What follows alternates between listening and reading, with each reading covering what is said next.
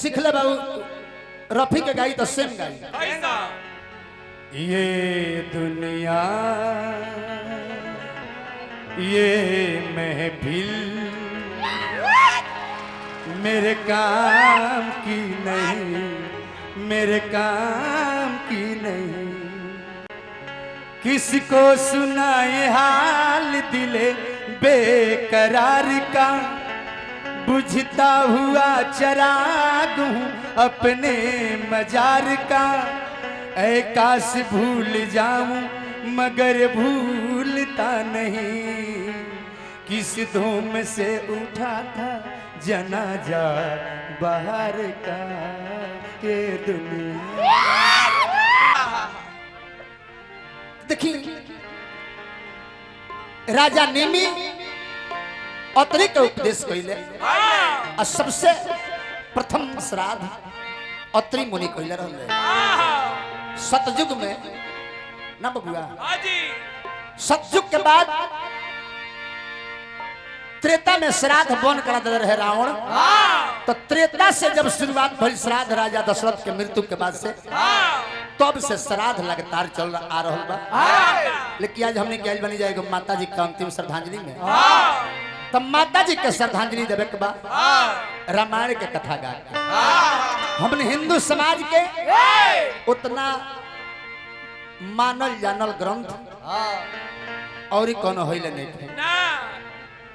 तो हमने के तनी रामायण गा देवे के बाद तब यही में एक हो गो लयदारियों के फरमाइश आइल बा। कुछ हमार संगतिया लोग आदेश कइले बा हमारे एगो गीत सुने के। तो चलते चलते हमें गीत सुना दिले रुआ सबके।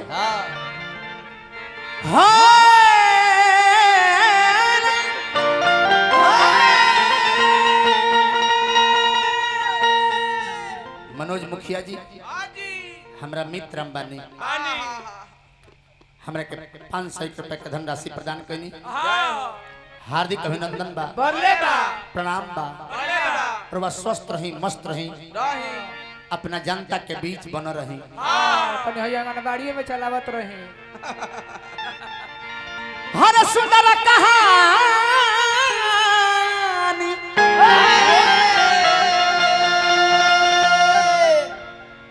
तू कलह न हमने के ऐसा बानी सन कि हमने के सामने ही से लोग बाल तूर ली हमने के कुछ ना कर जाए। हो सकता तू ना कर पाओ तारा सामने से सच हो तूर लेके जाई। लेकिन हमारा सामने तो नहीं हमें डेरा आई। पूछो का है हमारा ऐसे डराई। देखो सूरदास कैसन होले जब ना बोगी में छोड़ जाई है जले धो के केहू उतारी ना तले उतरबे ना करी आ जेकरा के पकड़ ली है जले केहू छोड़ाई ना तले छोड़बे ना करी। वो अपने आप शक्ति बढ़े लगे। हमारा बेरी उ डराई कि दादा हो लौकते न नहीं खे बाकी दौड़े आ कहीं गुड़ के धमस से हमरा से आगे दौड़ के हमरा के पकड़ ले लो तो बाप रे बाप छोड़ी ना। तारा हमरा में तनी अंतर बा।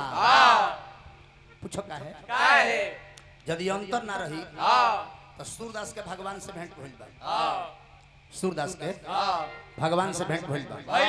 बाकी लंगड़दास के कहीं भगवान से भेंट भइल बा कोनो वेद पुराण में लिखल बा? खाली राक्षस लोग से तो तनी मनी अंतर बा। हर सुंदर कहानी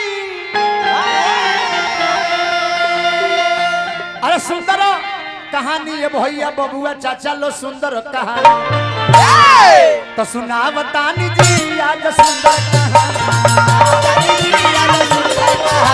सुना बतानी जी आज सुंदर कहानी।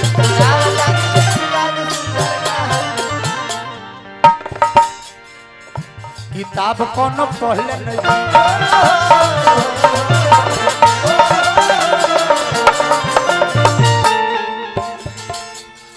हर किताब कोनो पढ़ले नहीं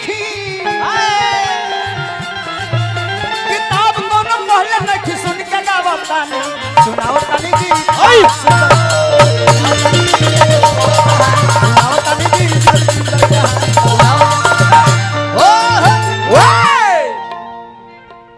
गोस्वामी तुलसीदास जी लिखत हम गावत एक बार कुंभजर सिपाही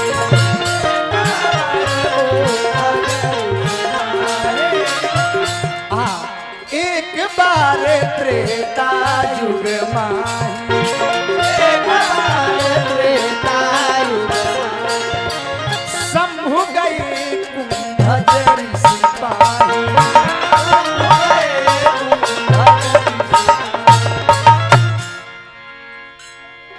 संग सती जग जननी भवानी सती जग जननी पूजहि मुनि अखिलेश्वर ज्ञान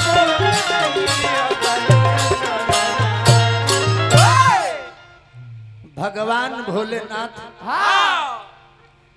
अब भगवान भोलेनाथ के अर्धांगिनी कुंभज बाबा के आश्रम पर गइल बानी ओई अलग से बोल लो सत्संग सुने खातिर काहे कि देखो हर इंसान के जीवन में सत्संग के जरूरी बा लिखले बानी गोस्वामी जी की बिन सत्संग विवेक ना होई जले सत्संग में ना जीवो तले ज्ञान ना होई कि केकरा संगे केंगा व्यवहार करे के चाही भोला बाबा सत्संग सुने गइल बानी कुंभज बाबा प्रणाम कइले बानी अगस्त मुनि जी भोला बाबा आसन मार के बैठल बानी आ सती के मन में भइल की तो हमनिए के प्रणाम करते रही हमनी के का सत्संग लगभग 27 बरिस भोला बाबा सत्संग सुनले बानी राम कथा एक बैठल राम कथा 27 साल भोला बाबा सुनले बानी राम कथा सुन के जब चलता नहीं तब मन में लालसा होता कि तनी जकर कथा हम सुन ले बानी उनका से मिलन हो जाई तो बड़ा धन हो जाई तो जेहि पर जेहि के साथ स्नेहु सोते ही मिलहि न कछु संदेह तनी आग्रह करो ऐसा तो हमरा से परिचय नहीं खेरौरा ना मंजेश भैया हां जी एगो हसमुख व्यास जी रनी हो हां जी दोनों लोग के हम आग्रह करब तनी मंच पर हमरा आ जाते सब है हां हां काहे कि हर कलाकार के ई दायित्व हो पहले हो मंजेश भैया तनी हमरो मंच पर आ जाए आइए माला ले दो तनी मालावा ओ बबुआ भैया तनी एगो थाली हो जाए के चाहिए तालिया तालिया तालिया तालिया बजा कालिया आहा हमार गाना डाउनलोड करके रखले बनी मंजेश भैया हमरा के माला पहनौले बनी आ रुपयो देले बनी चली हसमुख ब्याह जी आ रहो ओ तनी हो खाती एगो थाली तालिया बजाए वाले रुपया तो एगो हमनी के फॉर्मेलिटी हो ना बबुआ आ समाजियो साहब लोग दे देवे को होई आहा हां मंटू भैया भी पुरस्कार देले बनी हां मंजेश भैया हमरा के 500 रुपया देनी हो हार्दिक अभिनंदन बा करले बा मंटू भैया भी पुरस्कार देले बनी हार्दिक अभिनंदन बा ए बबुआ इहे सोचता नहीं भोला बाबा कि मिलन होई तना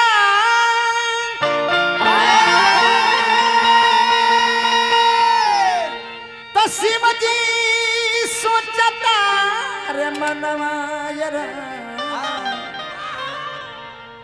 देखो संगीत गावे खातिर त निमन बाउर सब केहू गावते बा तू गावते बाड़ो हमहू गावते बा अब एगो लय गौलो हो बिंदिया से आई बहार ऐसा मौसम देखा बुझा तक केहू चहटता सुनबो ओकरा के एक दुहली नु त मंच पर निमन से गा सकत बिंदिया से ऐसा मौसम देखा पहली बार, कोयल कूके गाय मल्हार, कूके गाय मल्हार, बिंदिया से आई बाहर। संगीत सीख के गावला में और सुन के गावला में बड़ी अंतर है। जे सीख के गावता उ जेकर गीत गाई, आपन तो गाई तो अपना खाने गाई, आ जेकर गाई ओकरा खाने गाई। जेकरा सीख के गावे के बा ओकरा से केहू कह दे जे तनी हनुमान चालीसा गाई तो उ सेम गा सकता। तू कलाकार हो बाकी अब फिल्मी के प्रयास करता रहो। भोजपुरी गीत हो सके हमरा से नहीं मन गा दो। अब जे सीखले बाबू रफी के गाई तो सेम गाई। ये दुनिया ये महफिल मेरे काम की नहीं, मेरे काम की नहीं, किसको सुनाए हाल दिले बेकरार का, बुझता हुआ चिराग हूँ अपने मजार का, ऐ काश भूल जाऊं मगर भूलता नहीं, किस धूम से उठा था जनाजा बाहर का, ये दुनिया।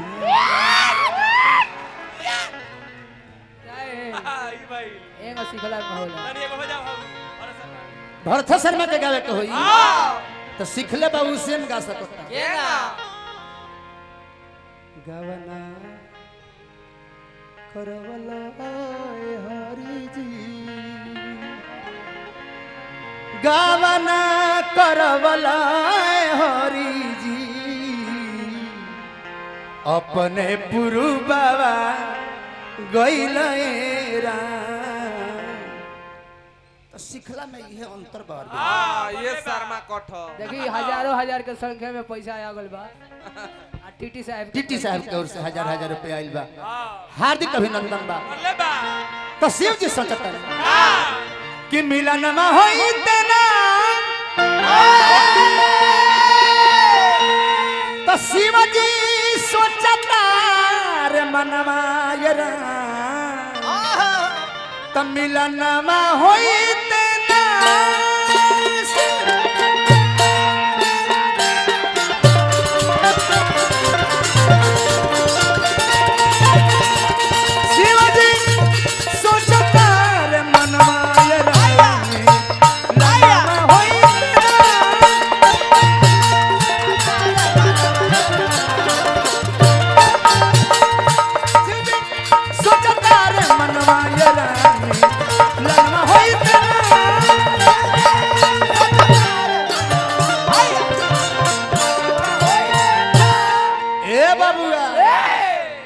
तले का भाई अरे पर गइले माइक मत दबो का करबो पर गइले कहां बा उहे लय है कि छोड़ गइले री रात सुतले सजरिया, तो पर गइले रे श्री राम पर नजरिया, पर गइले रे श्री राम पर नजरिया।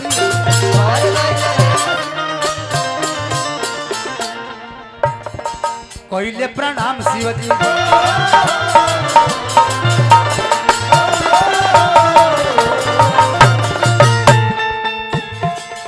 हर कइले प्रणाम शिवजी, कइले प्रणाम शिवजी, कोटे कर जोरिया से पर कइले रे